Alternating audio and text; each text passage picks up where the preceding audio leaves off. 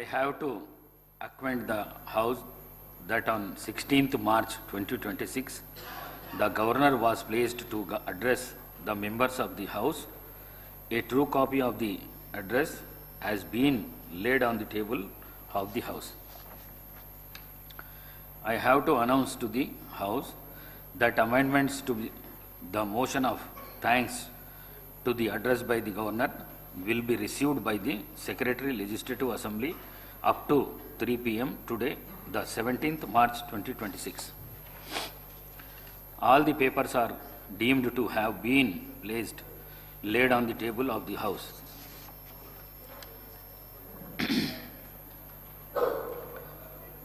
Motion of thanks on address by the Governor. I request the Balu Nayak to propose motion of thanks on the Governor's address.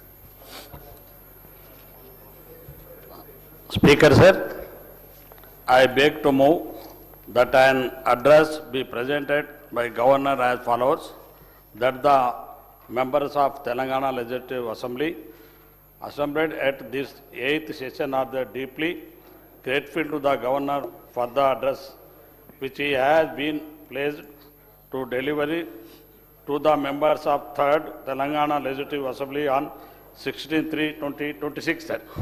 Thank you, sir. Motion moved. I request Sri Adi Srinivas to second the motion of thanks on the Governor's address moved by the Sri Balu Nayak. Speaker sir, I second the motion of thanks and address by the Governor as proposed by Sri Balu Nayak, Nenawat. Motion moved. Now the discussion. Balu Nayak.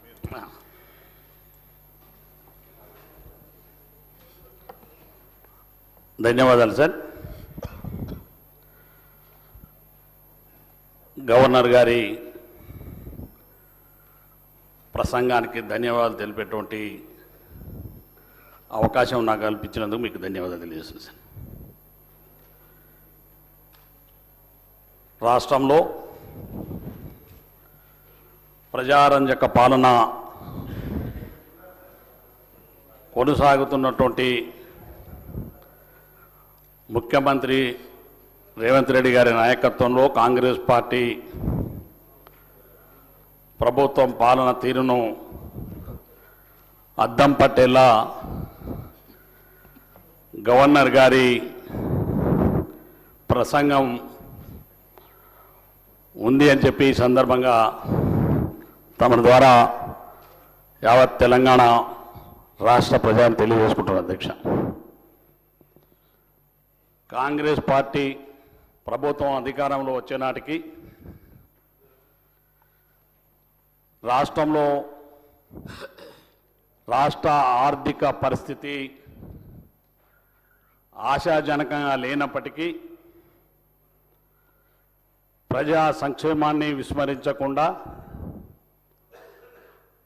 ఏదైతే తెలంగాణ ప్రజలు ఏ నమ్మకంతో విశ్వాసంతో రాష్ట్రంలో రేవంత్ రెడ్డి గారి నాయకత్వంలో Congress party ప్రభుత్వాన్ని మరి తీసుకొచ్చిండ్రో ఈ 2 సంవత్సరాలు మరి అనేకమైనటువంటి సంక్షేమ కార్యక్రమాల్ని అభివృద్ధి కార్యక్రమాల్ని ఈ రాష్ట్ర ప్రభుత్వం చేపట్టిన విషయాన్ని రాష్ట్ర గవర్నర్ గారి యొక్క ప్రసంగం ద్వారా యావత్ తెలంగాణ ప్రజానికానికి తెలియజేయడం జరిగిందని చెప్పి కూడా ఈ సందర్భంగా తెలియజేస్తున్నా. అధ్యక్ష, తెలంగాణలో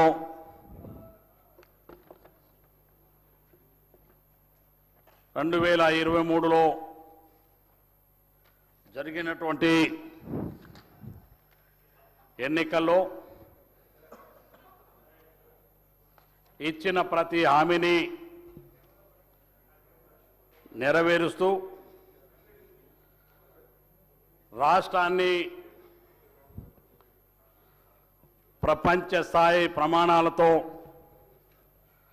అభివృద్ధి చేయాలనే ఒక లక్ష్యంతో తెలంగాణ రైజింగ్ 2047 విజన్తో ఈ ప్రభుత్వం ముందుకెళ్తుందని చెప్పి కూడా ఈ సందర్భంగా తెలియజేస్తున్నారు అధ్యక్ష. ఈ 2 సంవత్సరాల్లోనే ప్రభుత్వం అనేకమైనటువంటి సంస్కరణలు సంక్షేమ కార్యక్రమాల్ని చేపట్టిన విషయాన్ని తమ ద్వారా తెలియజేసుకుంటున్నాను అధ్యక్ష. గౌరవనీయులైనటువంటి గవర్నర్ గారి ప్రసంగం భవిష్యత్ తెలంగాణకు అద్దం పట్టిందని చెప్పి కూడా ఈ సందర్భంగా మనం చేస్తున్నాం అధ్యక్ష. అదేవిధంగా తెలంగాణ రోడ్ మ్యాప్గా మనం చూడవలసినటువంటి అవసరం ఉందని చెప్పి కూడా తమ ద్వారా తెలియజేసుకున్నాను అధ్యక్ష. దేశ ఆర్థిక వ్యవస్థలో తెలంగాణ రాష్ట్రం ఒక కీలకమైనటువంటి భూమికని పోషిస్తున్న విషయాన్ని ఈ సందర్భంగా తెలియజేస్తున్నాం అధ్యక్ష. తెలంగాణ రాష్ట్రం కొత్తగా ఏర్పడినటువంటి సందర్భంలో తొలి 10 ఏళ్లలో అనేకమైనటువంటి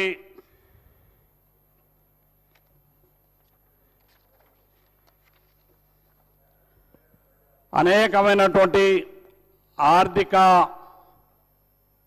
విధ్వంసంతో పాటుగా నిర్లక్ష్యానికి గురైనటువంటి విషయాన్ని మనం ఈ సందర్భంగా చూస్తూ ఉన్నాం అధ్యక్ష.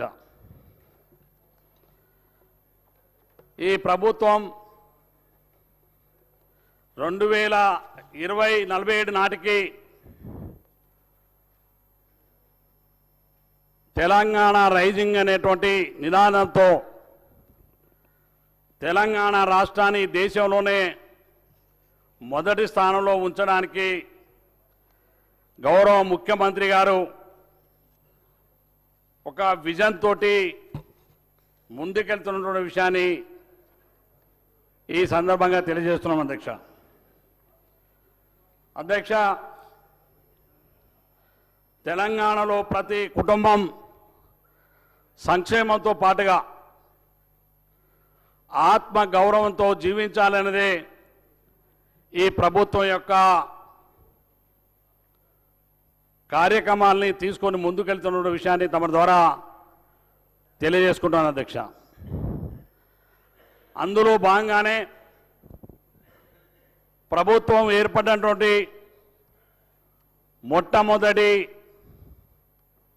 శాసనసభ ఏర్పడగానే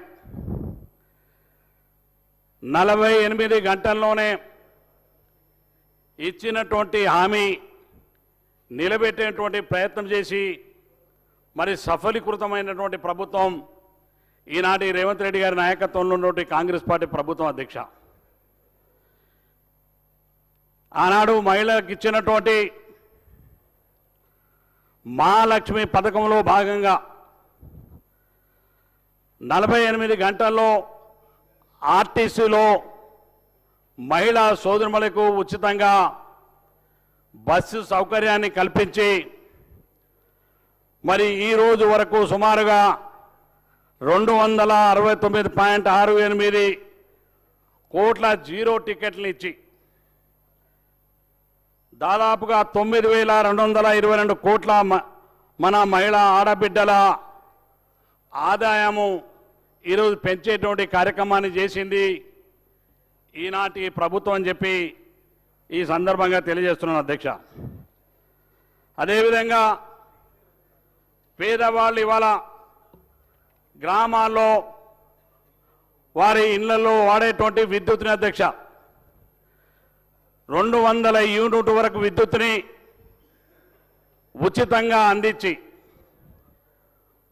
మరి ఆర్థికంగా వెనుకబడినటువంటి అనేక గ్రామాల్లో ఉన్నటువంటి అట్టడుగున ఉన్నటువంటి హరిజనులు గిరిజనులు బడుగు బలహీన వర్గాలు మరి రాష్ట్రంలో మరి ఉచిత 200 యూనిట్ విద్యుత్ని వాడకం ద్వారా